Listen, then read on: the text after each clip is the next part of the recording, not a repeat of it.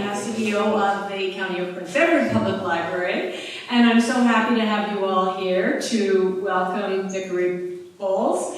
And I'm going to introduce Nancy Griffin, who is going to introduce Vickery. It was through Nancy that Vickery came to the library for the first time. We gave her a tour, and we talked about the stuff that was yet to be done, including signage, and Vickery very kindly, as she was leaving, offered to come back and do a fundraiser for the library. And I think that's pretty special.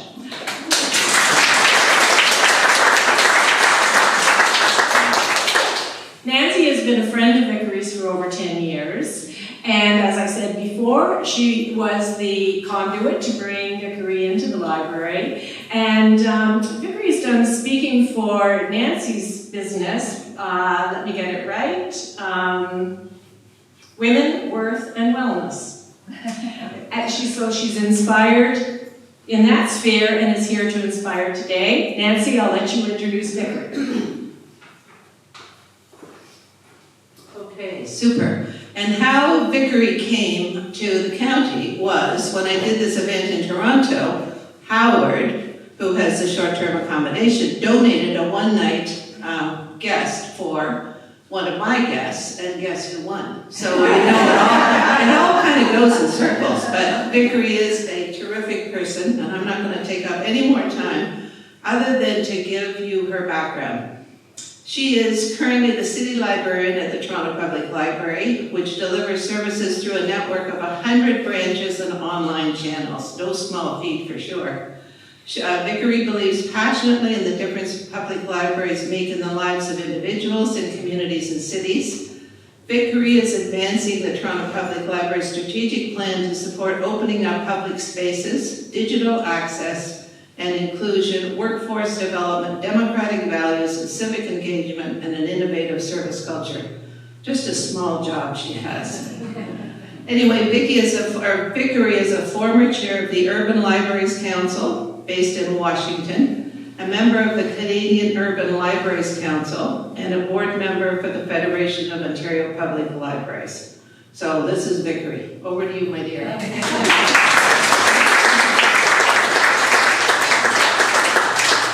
Thank you so much, Barbara and Nancy, for that lovely introduction.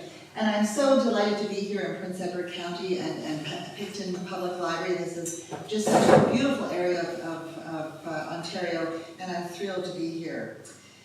When I talk about this topic of democracy and public libraries to audiences, some people say, well, what's the connection between libraries and democracy? And so that's where I'm going to start with my presentation today. Public libraries have been a democratizing force in the modern world, supporting literacy and a literate population, free and open access to a diversity of information and ideas, protecting personal privacy and intellectual freedom, and preserving the past. And what we're seeing in today's world are more and more challenges to those democratic values and freedoms. And this is happening in public libraries as well. These challenges can take many forms, but fundamentally, there is growing intolerance for differences of opinion, and polarized disagreement is taking the place for civilized debate and discussion. And for libraries, it's happening with growing intolerance, with demands to remove books from libraries, cancel programs and room bookings, and a whole host of other activities as well. So here's Toronto Public Library's mission statement. It's very similar to many public library mission statements. And so the library's mission is to preserve and promote universal access to a broad range of human knowledge and experience, information, and a diversity of ideas in a welcoming and supportive environment. So access to information and information literacy, the diversity of ideas, and a healthy, respectful exchange of those ideas are all really fundamental to our democracy.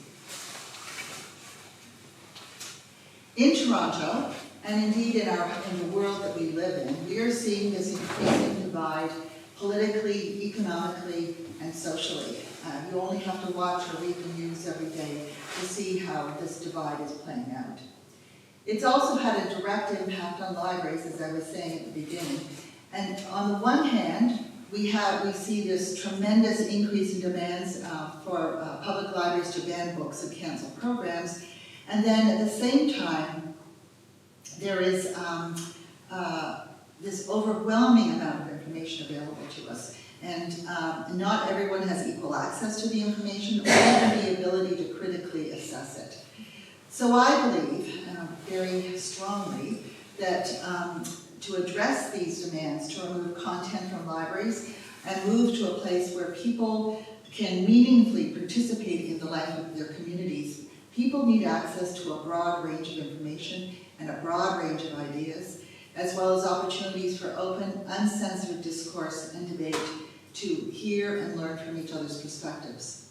And I'll say, as a large public library system, we've taken on an advocacy campaign. And we've done this to support other libraries, like the Picton Public Library and other smaller libraries that don't have the ability to take on these campaigns, but also to build awareness in the larger community, both here in Canada and internationally as well. So we have a strategic plan. We're actually in the last year of our current strategic plan. And one of our 5 key strategic priorities is outlined, is providing a vital ingredient for a democratic society.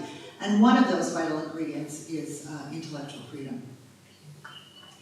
And so the role of the library as facilitator and defender of democratic values is, of course, not new, but its importance and the profile of the public library have increased as a result of the challenges and the divisions we're seeing here today. So you can see a quote here from the Washington Post about libraries and democracy, New York Times about civil society and how it starts with the library, and then also in the Toronto Star about how libraries are helping to deal with some of the pressing issues we face in society, one of them being homelessness. So, as I mentioned, I talked about the growing polarization we're seeing in society and how it's impacting libraries in different ways. And the most significant issue that we're seeing with libraries is in the United States. There is a tremendous efforts underway to shut down libraries if they are making available books that people don't feel should be available. And the American Library Association in the United States just released recently their 2023 data, which was really shocking. So you can see here, in the 20 years between 2000 and 2020, there were about 3,600 requests to remove books and other materials from library collections. However, in 2023 alone, there were 4,240 requests to remove books from public libraries in the United States. And this is up from 2022's record-setting number of 2,500 and almost 1,600 in 2021. So you can see this increasing trend to remove books from public libraries. And it's significant also that in recent challenges, 2S LGBTQ content has been targeted and race-related content has been targeted as well. Another sign of growing intolerance. And in fact, there are some textbook publishers in the United States who have sell log textbooks in Florida and Texas, and they've actually rewritten the section in their textbooks about people like Rosa Parks, and so they downplay her role as a civil rights crusader, and because they want to be able to sell their textbooks in those states. In addition to that, you can see there are over 151 state legislative bills to prosecute libraries and librarians if they are not removing LGBTQ content or race-related content from their shelves. So this is really shocking data from the United States, and I have to say it's not nearly as difficult a situation as here in Canada, but it's increasingly more apparent. The Canadian Federation of Library Associations, they actually track all of this for Canada, and we don't see the politicization that's happened in the United States with book banning. However, the CFLA reports an increasing number of challenges, with 331 in between 2021 and 23 and in the 5-year period before that, there were only 305. So there's certainly increasing challenges. We're seeing this in Toronto as well. And it's not just books anymore. That used to be always what librarians had to defend, were books being removed from their collections, and now it's programs, it's room bookings, it's exhibits, it's internet content, it's all a whole host of other kinds of content as well. So at TPL, this is what we're doing to strive to make a difference. We've decided to focus on access to information and information literacy, civic engagement, and advocacy for equity and intellectual freedom. And certainly this presentation and speaking to all of you today is part of our advocacy effort in this area.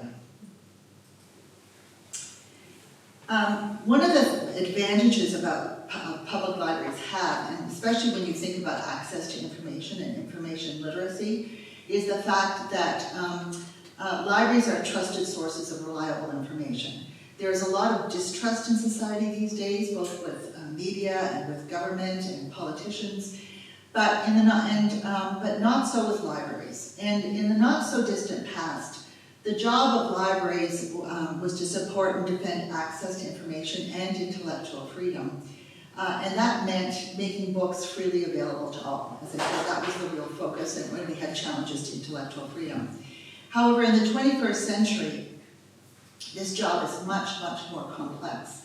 And so that in addition to traditional media, there are many, many new channels, as we all know, for information, with a wide variety of social media platforms. And this proliferation of mis- and disinformation is a significant issue that's been identified by educational institutions, by governments, and libraries. It's a big topic that we see in the news regularly. And this issue actually goes beyond the social platforms themselves. When we think about Facebook or X, which used to be Twitter, or any of the other social media platforms. And it really is more than that. And so if you take, for example, the threat to artificial intelligence, and artificial intelligence is changing daily in terms of what it's able to do and how it's impacting access to information. So artificial intelligence and machine learning algorithms not only shape our online experiences, but they act as gatekeepers to the information we see and what's hidden from us, often with a bias that is invisible to the digitally illiterate. And I think what people don't understand is that when you start searching for content, you often get fed back the same content that you've been searching for. And so that's the gatekeeper element in digital content, where you are being shut out from different ideas and different perspectives and different information. So we actually at TPL started teaching digital literacy and making that a huge component in our programming offerings. And we actually sometimes include programs in algorithmic literacy, so that we teach people how algorithms shape digital privacy, online experiences, and access to information.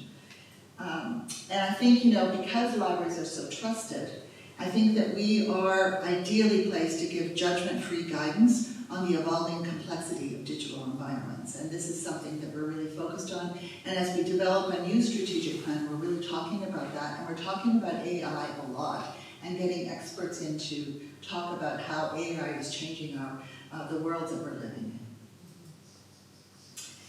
Access to information and information literacy are critical to a democracy, but so is civic engagement.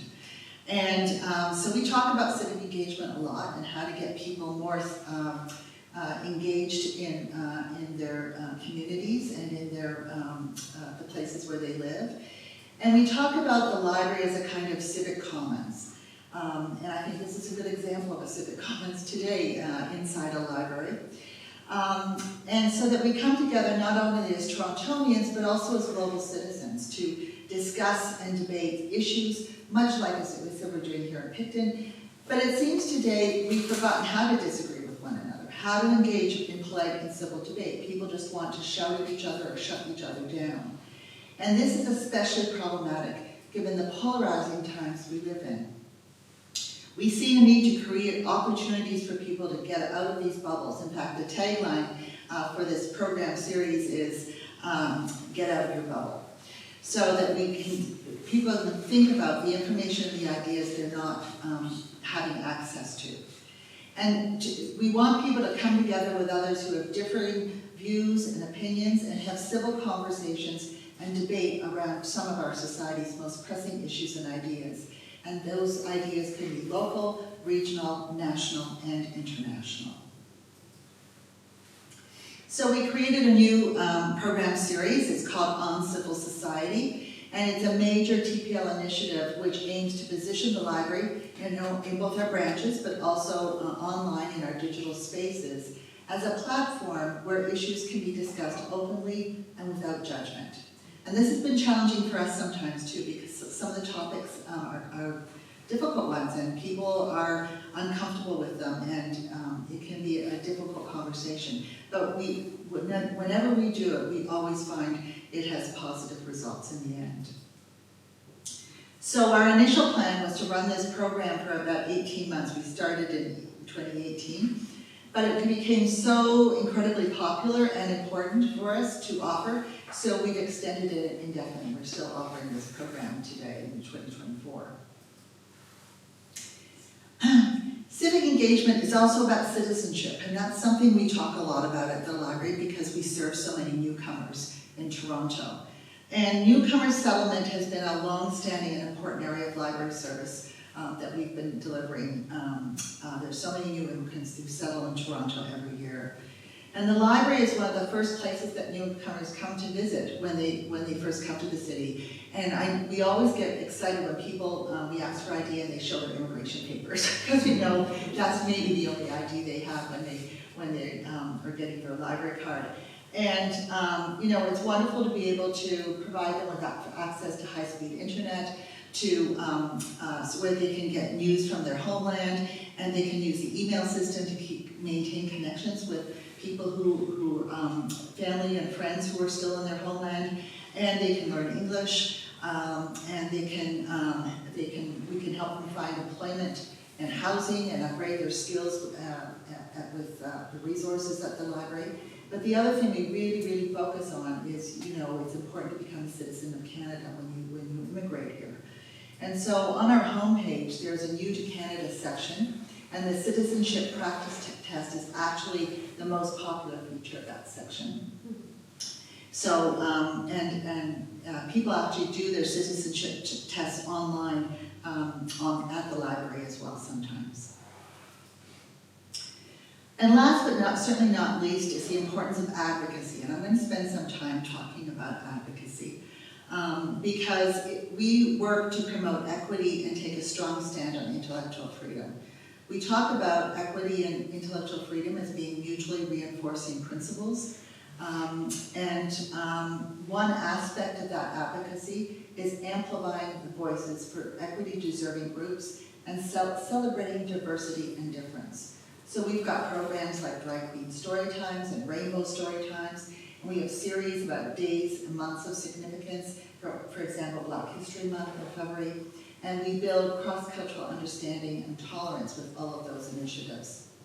We've also developed an equity position statement and an intellectual freedom position statement. These two position statements sit above all of our policies, and they help formalize and position the public library and its role in supporting democratic values and freedoms.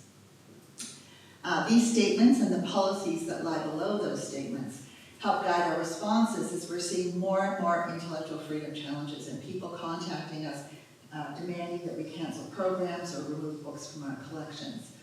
But also, it also helps us with our programming and even room bookings when we have challenges to room bookings.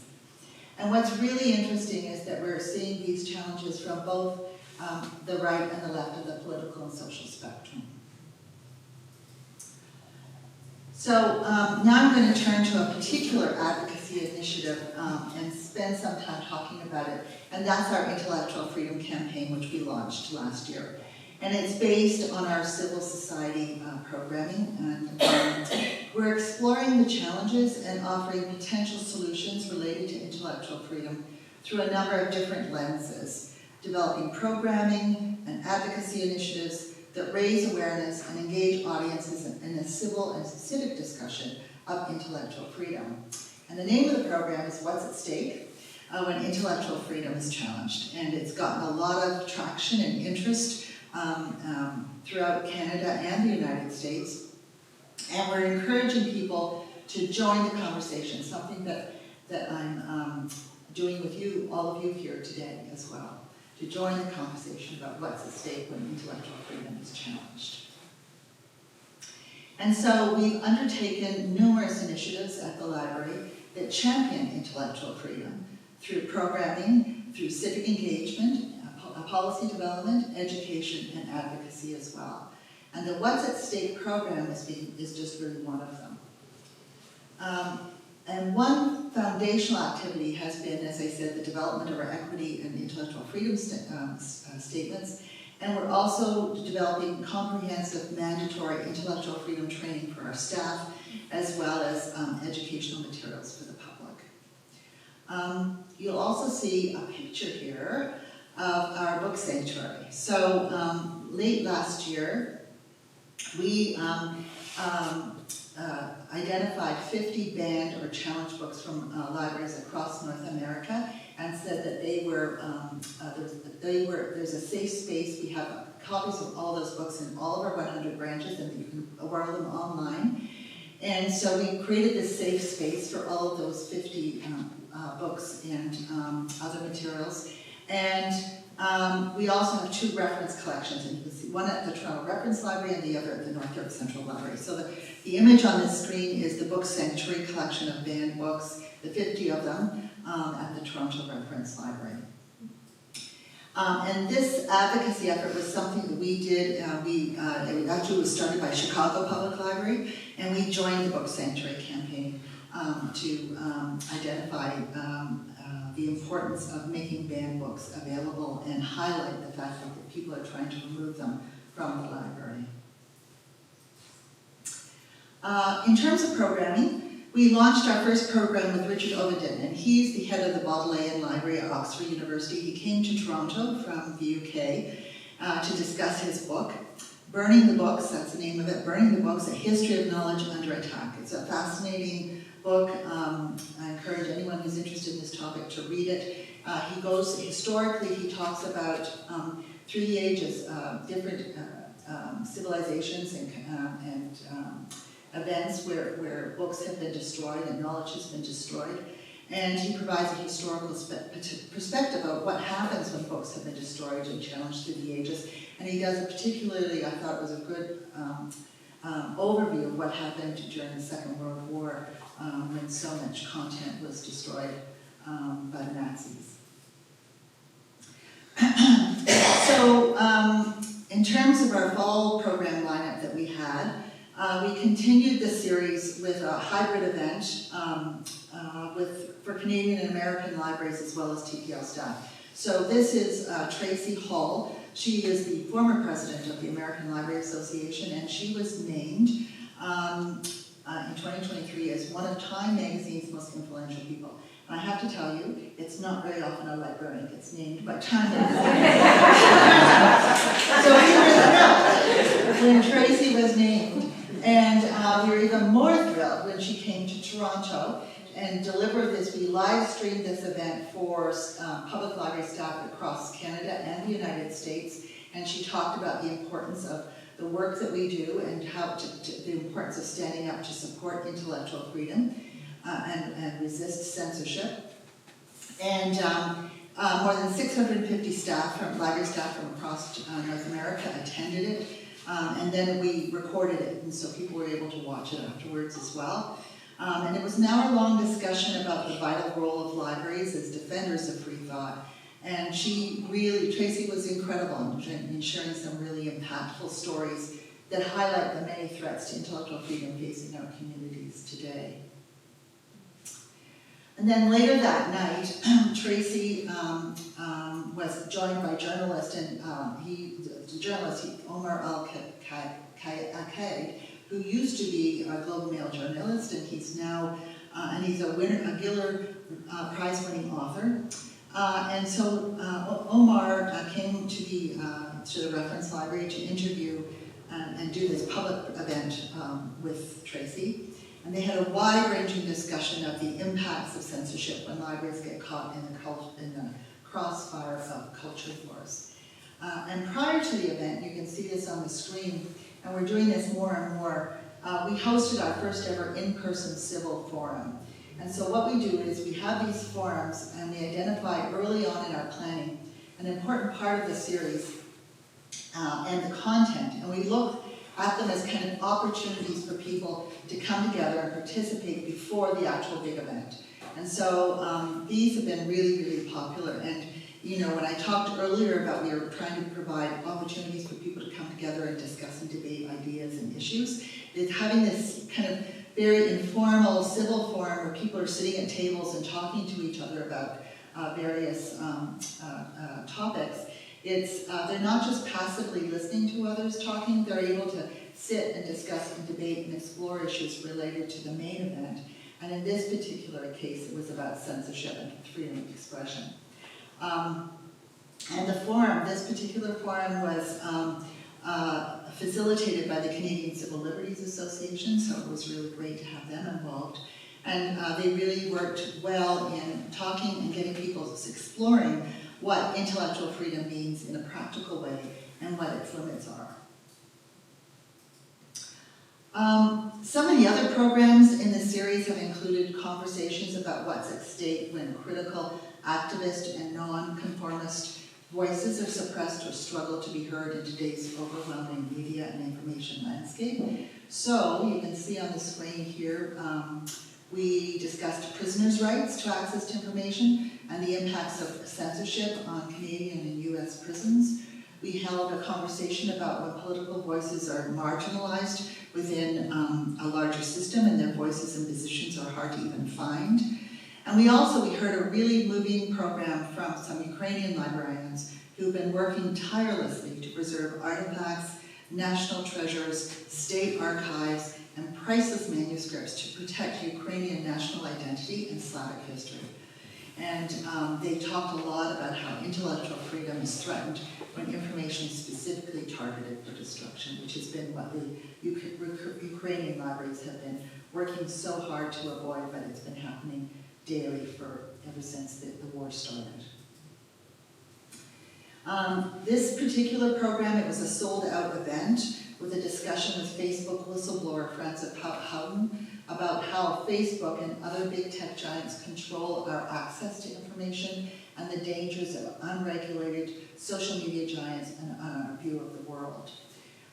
This was another event for which we created a civil forum before the actual main event, and that particular forum explored the real world of social media regulation. And again, it worked really well. It was full, the participants were so engaged and enthusiastic and respectful, which is what is so important to this whole discussion and debate with different opinions. They were very respectful, but even though they were passionate about their opinions and experiences and predictions about what was going to be coming forward in the future. So clearly this format of having civil forums we're filling a gap that in Toronto for audiences and what they wanted, and it reflects, we think, the need to have and to engage with each other on these topics in practical ways is really important. In addition to the program, we've also created some other ways for people to join the conversation, and these have been fun. So from October to December, we hosted an art installation at the Reference Library, and as part of it's a tower of banned books you can see on that screen. And these are books that have been banned, and an artist created this installation, this artistic installation, and we created signage that explained the context and promoted our book sanctuary collection as well at the same time. The Tower of Banned Books was made of entirely books that have been banned or challenged in libraries across North America. And we encouraged the public to take photos, selfies, and to post on social media, and it worked really well. It got a lot of traction on social media, so we were thrilled with that. Additionally, we had posters up in the branch as well. Sorry, my mouse is not working properly here. Here we go. And it was great to see all of the interest in the tower, and then also signage that we put up in the branch. Then at the end of last September, the Toronto International Festival of Authors asked me to speak at a program they were hosting about censorship. And they also hosted, we sent our display of our book Century collections, one of our reference collections there as well, so it's available for the Toronto International Festival of Authors. And so that was, it was nice to see that getting some traction there as well and some interest. And you can see how we've been using programs and other initiatives to engage the public, but we wanted to take the campaign further. So we took it to the streets and beyond the walls of the library. And we did that with posters in public areas and ads on billboards. And in developing this external campaign, we knew the posters and ads were going to be provocative, but we also tried to maintain a tone that wasn't intimidating or seemed too serious. We didn't want to send a message that intellectual freedom was inaccessible or to over-intellectualize it. So again, the idea was to make the concept of intellectual freedom and its importance relevant to absolutely everyone. And I think you can see in the posters we developed that we had some fun with them. Here's some more posters that we did. And they really invited people in by asking the question, what's at stake when intellectual freedom is threatened? And this wasn't about us or the library telling people what to think. What we were trying to do, we were asking people to consider the implications of censorship and extremes in thinking and communication with one another and more. So here's one of the strongest posters that we considered as our lead poster for the campaign. And it's not the words that appear, but the words that are blackened out that really draw your eye to the poster, I think. And again, intellectual freedom isn't about an abstract idea. It's about something that's real, and it's tangible, and it affects us all. And we felt this poster really demonstrated this idea in a really real and practical way. So here are some examples of our campaign on subway platforms and on street hoardings. And you can see the effect of the grouping of the different posters and the intended effect here in Toronto. We also featured the campaign prominently on our homepage, which linked to What's at Stake page. And we featured the program listings and a message from me as the city librarian about it, and as well as more content about intellectual freedom. And here's how the campaign looked in our branches, making use of both print posters and LCD slides. And then we also were lucky to be offered free presence at it's now called Sankofa Square, but it used to be called Young Dundas Square. And it's such a prominent public space in the heart of downtown Toronto, and the ads were all available on billboards in this square. And they were there for about 3 weeks and provided really valuable exposure for us. This is what our campaign looked like in the Toronto Star, both in print and the Star's website. They were very supportive by giving us access through both their digital and print versions of the Toronto Star. And then in addition to in-person content, what we're trying to do is we're trying to create a series of national and international dialogues with other libraries and organizations to understand how intellectual freedom is under threat elsewhere. And in fact, I've been invited to speak in Barcelona, Spain in October at the International Federation of Library Associations conference to talk about democracy in public libraries, because they're seeing so many challenges in Europe with challenges to democratic values, and the role of libraries is becoming more and more important there as well. So looking ahead, I have to say one of the really great strengths of public libraries is that public libraries reach and serve people where they live and work. We're all here today in Picton, you all live in this area, and here you are at your public library engaging in this important discussion. And this year, the library will be exploring how to build our presence throughout the city of Toronto and our civic engagement work by formalizing our role as a civic commons, providing space for citizens to regularly come together around ideas and of civic importance, and continuing to advocate for access to information, intellectual freedom, and democratic values and freedoms for absolutely everyone. So that is my presentation, and I'd be really glad to answer any questions you have.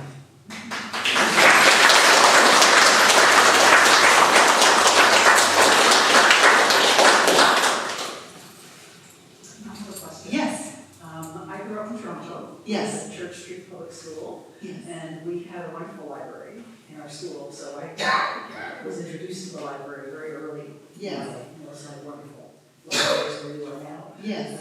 I would just set the door a couple blocks, and the library was my go-to place. That's so So wonderful. there's so much of my life that is framed in that frame of both freedom and, you could just sit anywhere, and you just, there weren't many really young people in the library in the old days, but still, it made such a big difference in my life, so. Yeah, so well, I'm glad to hear that. That's wonderful. Yes. Tell us some of your stories that you had the biggest challenges with. Like you've been through incredible things. Well, there's the one that got the most press was there's a room booking in Toronto. Sandy, you probably remember this very well. There was a room booking in Toronto with Megan Murphy, and this wasn't a library program. It was a room booking, and it was a booking by a group, and the name of the group is Radical Feminists Unite, and they had Megan Murphy attend the event to speak about women's rights within the context of transgender women. And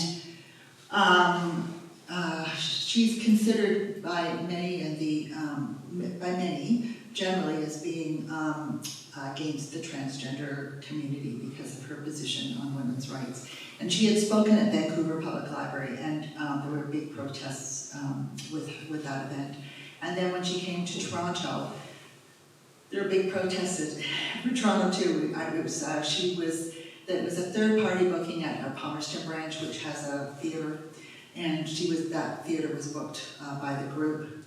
And so anyway, police had to be there to escort Megan Murphy and the Radical Feminist group in, but also the people who paid tickets to attend the event. And they had to close the street down around Bloor and Palmerston because there were protests outside, which was everyone's right to protest. I mean, I said that. I mean, that's part of a democracy is, being able to stand up and protest civilly that's what you do. That's what you do in a democracy. That's an important part of the debate.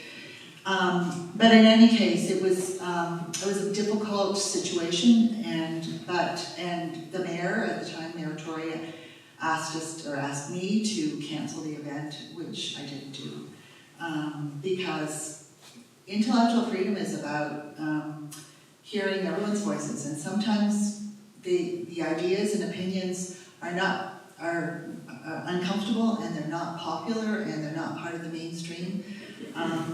But you still have to be willing to listen to them. And I often talk about the fact that, there was a time when women didn't have the right to vote. And women had to, and others, had to advocate for the right to vote. And some people were really uncomfortable with it, and they didn't like it. And but it's only with that kind of debate and discussion that tolerance grows and change happens. And that's what democracy does. And censorship has never led to equity. It's never helped anyone in an equity-deserving group. But intellectual freedom and freedom of speech has. And that's what we have to stand out for. And you cannot pick and choose when to support freedom of speech and intellectual freedom. You just have to support it all the time and encourage civil discussion and debate. Yes. There's a certain courage to what you're describing, and I guess I'd be interested to know if there are speakers that you would refuse to give a platform to. No, not for a third-party booking. We don't allow illegal activities in our libraries, so that we would not do that. We once had a booking for a group that was, this is before support, for early death. If you want to, die because you've got some sort of terrible illness. And this group was going to teach a how-to, well, that's illegal. Even today, it's illegal. A doctor has to be involved. And so we didn't allow that group a booking. But then the group wanted to have a debate about, whether you should the right to die. And that's okay. You can have a debate about it. But, you can't do a how-to about how to do it. So, that's illegal in this country. So that's where that's the kind of example of where you draw the line. We choose topics that are tied to our collections, tied to issues in the community, and for our programs. Third-party bookings are a whole other thing, because third-party bookings are, people pay to book our meeting rooms, like a meeting room here. People want to have they'll pay. It's not the library's program, but they can pay to have access to it. And so those are two different kinds of events and programs. But we've had challenges to our own programs. We had a program, it was by a French author who had his book published by Princeton University Press, and the title was Modi's India, How Hindu Nationalism is Destroying the World's Largest Democracy. And I was contacted by people demanding I cancel that program from the United States, parts of Canada, including Toronto, of course, but other parts of Canada, and from India. People were contacting me demanding that we can't cancel that program because they said it's not true. And, it was published by Princeton University Press. This was a well-known author who had a great reputation. He was an academic. And anyway, it was a book that was widely available, but they didn't like the fact that we had a program, and there were protests outside the library before the event happened. So that's an example of a program about a book that people didn't like. And another one was a book by Dr. Carl Hart, who's a controversial Columbia University professor, who wrote a book called Drug Use for Adults. And it was, about using narcotics and thinking that it's a good thing to do. Anyway, we got a lot of many requests to cancel that program, but it was a widely available book that was out there in the community. And really the take on his book was that it's become racialized. The use of the war against drugs has become racialized in the United States, and that was kind of his position. Anyway, so it can come out of nowhere where you don't really know where you're going to get a challenge. Yes. Thank you for coming. Really looking forward to this. I remember the Megan Murphy event, but I also remember Caroline interviewing you on CBC. Yes. And I used to be an avid listener, and I thought to myself, where did we go wrong with democracy? Mm-hmm. I may disagree with you, but you have a right to state it. And when she questioned your right to this, just threw me off. But that's just a comment. My question is something else, which is really at the forefront of a lot of libraries right now, and it's drag queen shows. Right. Okay? Here's my view, and I'd love to hear from somebody else too. I mean, the whole idea of male actors taking on the roles of females happened in Chinese theater, it happened in Victorian, yes, Shakespeare time, where women were discriminated against and not allowed on stage. So you have effeminate men taking on the roles of Juliet, Lady Macbeth, and the rest of it. So there's that history around it. Mm-hmm. And of course, most people our age probably went to a drag show when we were younger. I mean, I certainly did in, Cabbagetown and stuff like that. There's been an exaggeration of the portrayal. I'm a feminist, and I don't apologize for that. Mm-hmm. And I have problems with women being depicted in such a caricature method for children. You want to go to a drag show? Great. You know, enjoy yourself, have a couple of beers. But when that depiction is given to children, and it's the hair, it's the wigs, it's the breasts pushed forward, you know, and we have gay programs here, wonderful. But it's that, to me, it's woman face. It's the modern day version of a black minstrel. And again, as a woman, as a feminist, I don't want to be portrayed as a caricature, as somebody's idea of a joke. And that's what I see. And I'm sure, you know, when L. Jolson was singing the blues on stage, you know, they were just like, oh, he's great. And, you know, the black members were saying, but we don't like that depiction. It's, you know, and I'm getting that same feeling. And I'm not undermining the gay programs. No. I'm not undermining, I am questioning this depiction of women for children. And that's my issue.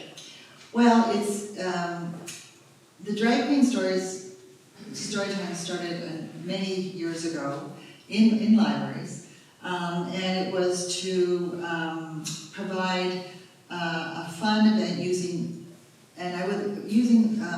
reading books from the library's children's collection, and just providing a fun afternoon or a morning program where families come together and have this fun time. And it's about learning that people are different and about tolerance and understanding. They're really popular with families. Now, we've had protests in Toronto against people who don't want us to have drag queen story times. And certainly people don't have to come if they don't want to, you know, but they really are, it's really just to have a fun time. And it's not unlike having, you know, another kind of interesting person coming and doing a performance of some sort. So there are also drag king story times, I will tell you. Which they're are becoming very, very rare. Yeah, they're not. We're getting more and more of them in Toronto, but I think there is a growing interest in having the drag king story times as well. But it is a topic of controversy for people, and there are a lot of different perspectives. But they are very popular with families with young children. I do understand the aspect of dress up. I mean, what kid doesn't like to dress up? It is, and I want to just make it clear, it's not a drag performance like you would see at a burlesque show or some sort of performance. It's completely appropriate for children in terms of how they're dressed and what stories they're reading. So it's not, I mean, there's an image on the slide here of one of our drag queen story times. They're very, it's not like a performance for a drag event for adults. I know, but it is I understand the dress up, I understand, you know, all of that aspect, but why can't you have people like, hey, let's all get dressed up today as your favorite cartoon character or your animal or stuff. So, you know, give that kid or those children the opportunity to be involved in makeup, in imagination, because that's what books are. I mean, they are. They open up your imagination. Yeah. Again, it's just the female portrayal that I'm personally having a problem. Well, that's good to know. Yeah. You know, it's good to hear that. Yes. You want to? Your, Oh, I've got some here. okay. Your civil forums, are they facilitated? Yes. And are they facilitated by staff? Do you bring experts in? We bring experts in. So the one we did with Tracy Hall, for the Tracy Hall event, where she was interviewed, we had a member of the Canadian Civil Liberties Association coming, and they facilitated it. And the second question is, do you have a lawyer on staff now with public controversy? No, we have access to city legal, though. Yeah. It's very important these days. Yes. Hi, my friend and I recently visited the beautiful Hamilton Library, which is right downtown. And there's a lot of homeless around that. Yes, there are. And I just wondered, it's a wonderful place, you know, that they have access to all the things. But how much of a problem is it for the libraries if they come in and stay all day? Right. Just park there? Yeah, well, one of the great features of public libraries, I think, is the fact that we welcome everyone without judgment.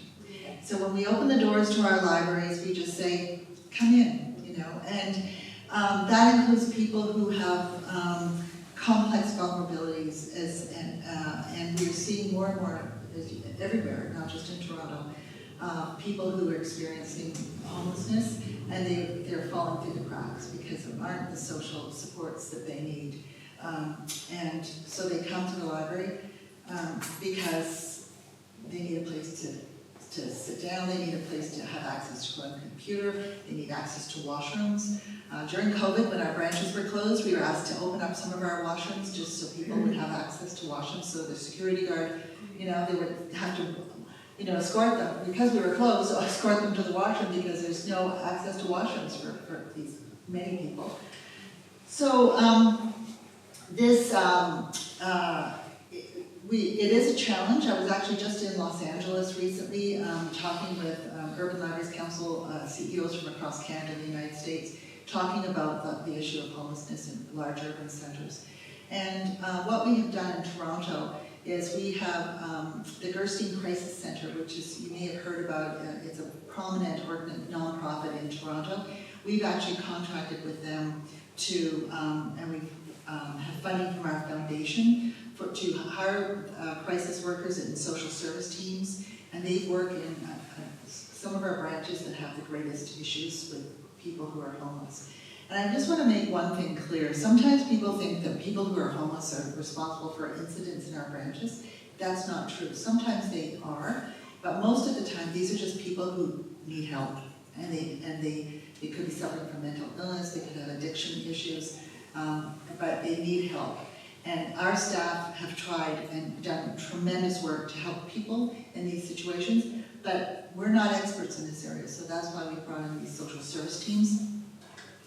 We do have an increasing number of incidents in our branches, and we've noticed that since COVID, that we have a lot of violent and disruptive incidents in our branches. And this is sometimes, during COVID, when we were getting back, it was because they didn't want to wear a mask or, you know, whatever.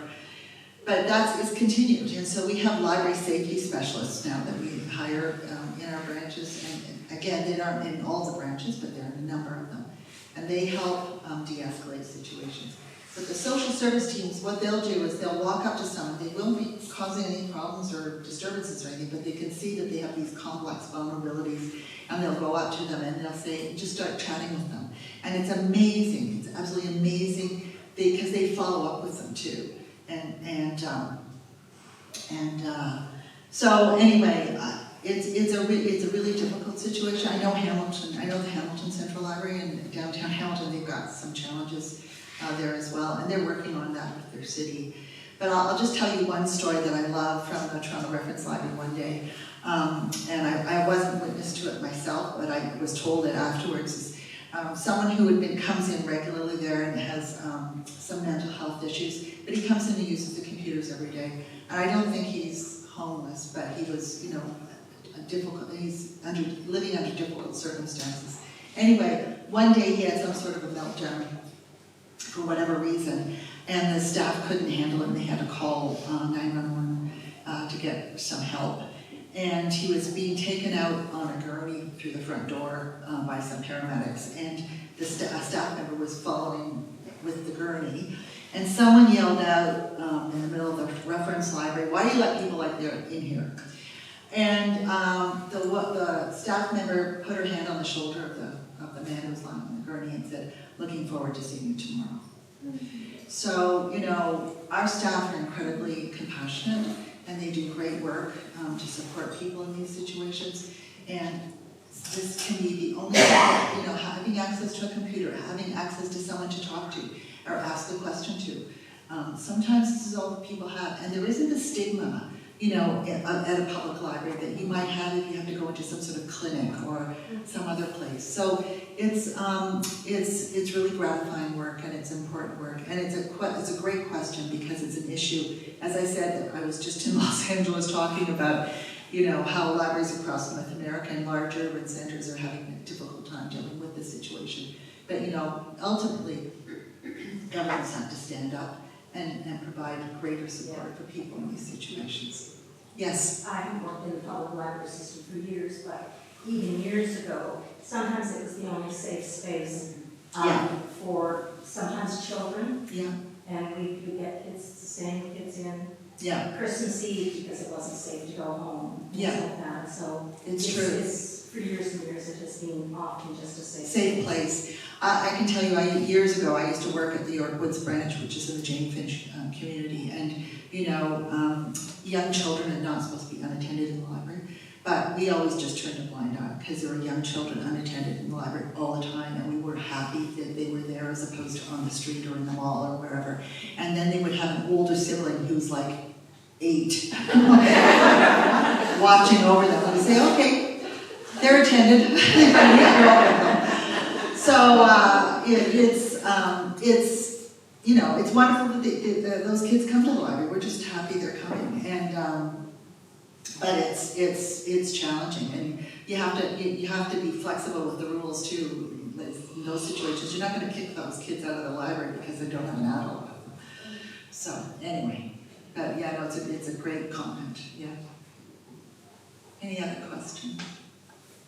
Yes. I'm a retired teacher, and I'm very worried about kids in schools. I'm not attacking the education system, because we know that you don't learn if you don't feel safe. Yeah. And I just would like your opinion as to how are we going to help these kids learn what you just said? Listen to each other. Yeah. They're constantly bombarded in social media, that sort of. You can say whatever you want and get away with it, and they can't look to governments anymore. Anyhow, you know what I'm trying to say. Yeah. I just wondered if you, I just sounds to me like the libraries are going to be the savior for society or something, because We're working on it. I wonder if you think of going into schools or something, or Yeah, no, we do. In fact, during election time, municipal election time, we have something called Know Your Vote TO, and it's an online platform that we've developed because often people don't know about the different candidates. You know, municipal candidates, there are going to be 5 or 6 in your ward, and they're not associated with a political party. You have no idea what they stand for, and blah blah blah. Anyway, so we create this, but then in addition to that, we have, and often we will do this in newcomer communities and with children. We teach them how to vote. Like we set up voting booths. They're not real voting booths, obviously, but we just simulate what it is to vote and how important. And then we talk to the kids about why it's important to vote. And we're doing more and more of that with our children's programming too. Is talking about why it's important to be able to listen to each other and have civil conversations. And so that's important. And we have youth hubs in 28 of our branches. They're after school and at-risk neighborhoods. One of the things we do, we help them with their homework. That's the main reason. We get lots of kids in these at-risk neighborhoods coming in. But we also give them a snack after school because these kids are hungry and they have no, like, you know, other kids can go home and get, you know, something from the fridge. These kids can't. And so we give them a healthy after-school snack. In these youth hubs, and then we teach them about life skills, including being civil to each other. We help them with their homework. We help them with technology and how to understand how to use technology. A lot of these kids don't have access to Wi-Fi, and in fact, we saw that during COVID when we were closed. I remember I was driving past the Agent Court branch, and the parking lot was full, and the branch was closed. And I talked to my director of branches, Mo Senior, and I said, "What's going on? Where are all the people in the Agent Court, parking lot?" And he said, "They're all using Wi-Fi because it bleeds out into the parking lot. Those people don't have Wi-Fi, and so and kids are sitting on benches outside the library when we're closed, just using the Wi-Fi."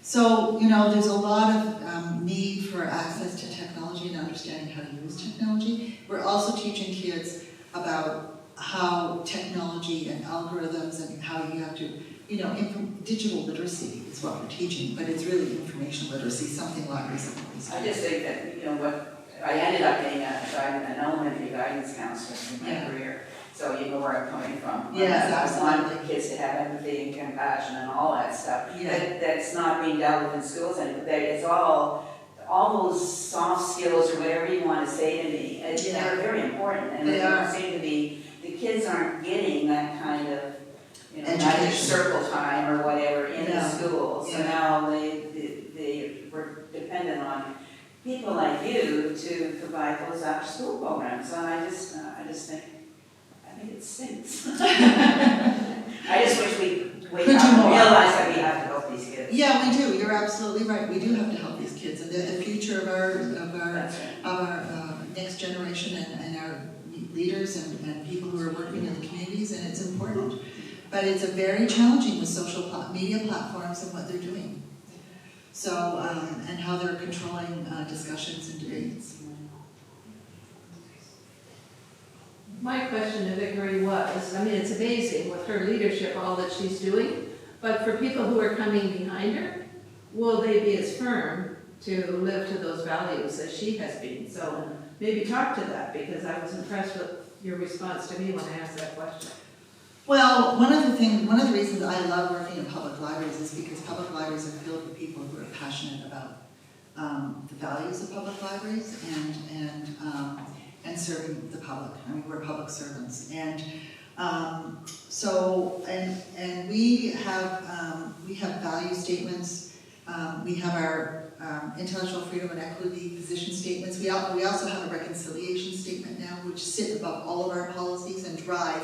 They communicate to the world outside and to our own staff, and they help guide our decisions when we get, complex decisions facing us. They help guide us when we have to make decisions. So I have to say I work with incredible people throughout the library system. I'm really fortunate, both on the leadership level, but the frontline staff and support staff are just incredible in terms of how they understand and believe in all of these issues. Which is not to say there isn't debate and discussion and disagreement on things. Of course there is, that's understood.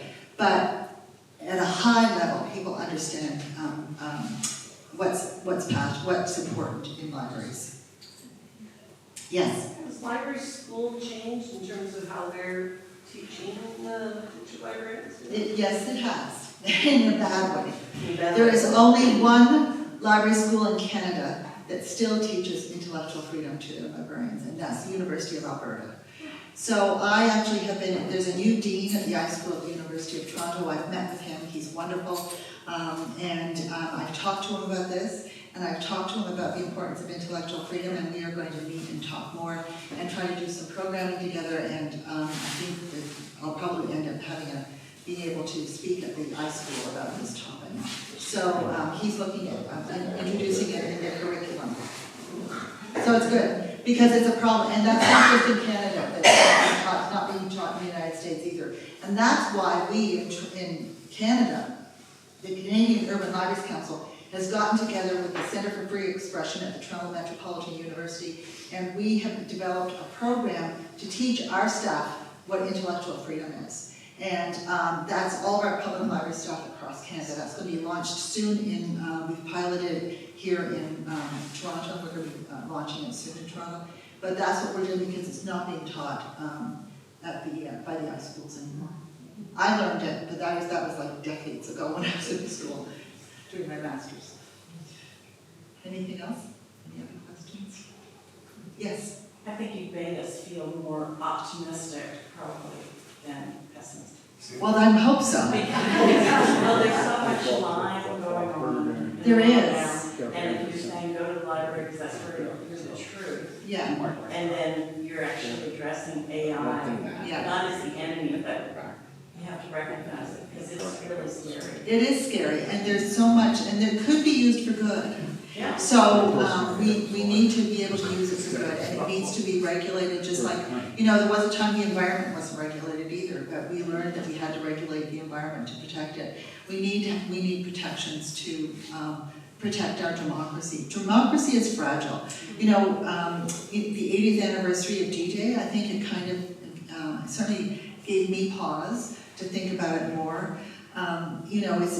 Democracy is fragile. And it's under attack. And it's not just under attack here, it's Europe, throughout the world it's under attack. I was just reading about the European Union elections and how, in the New York Times, and how those elections are, there's all this disinformation that's rampant about climate change and what the leaders that have been in charge of the European Union, what they've been doing.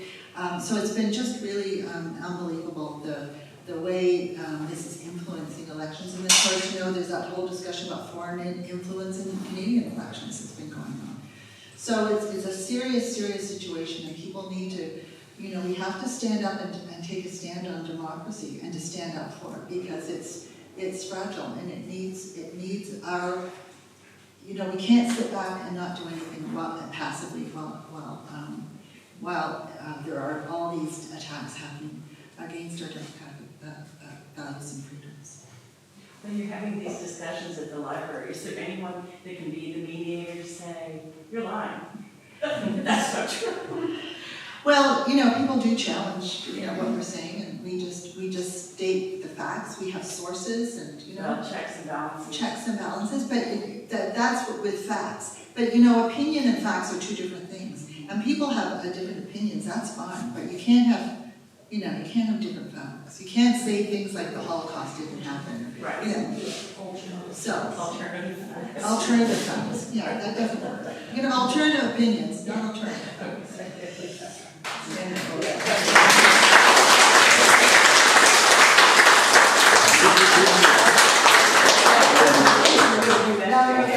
Thank you so much. Vickery, thank you so much for your courage and leadership in librarianship. You have been an inspiration to all of us, and certainly to me. And I can't thank you enough for coming to Picton Library today. Oh, well. These are a couple of local books. Oh, and I hope you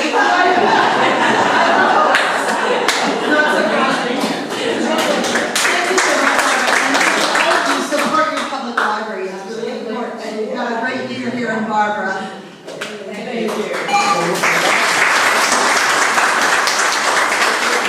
And please, everyone, there are refreshments courtesy of Ariella Stillo, who only does it for special programs. So please enjoy.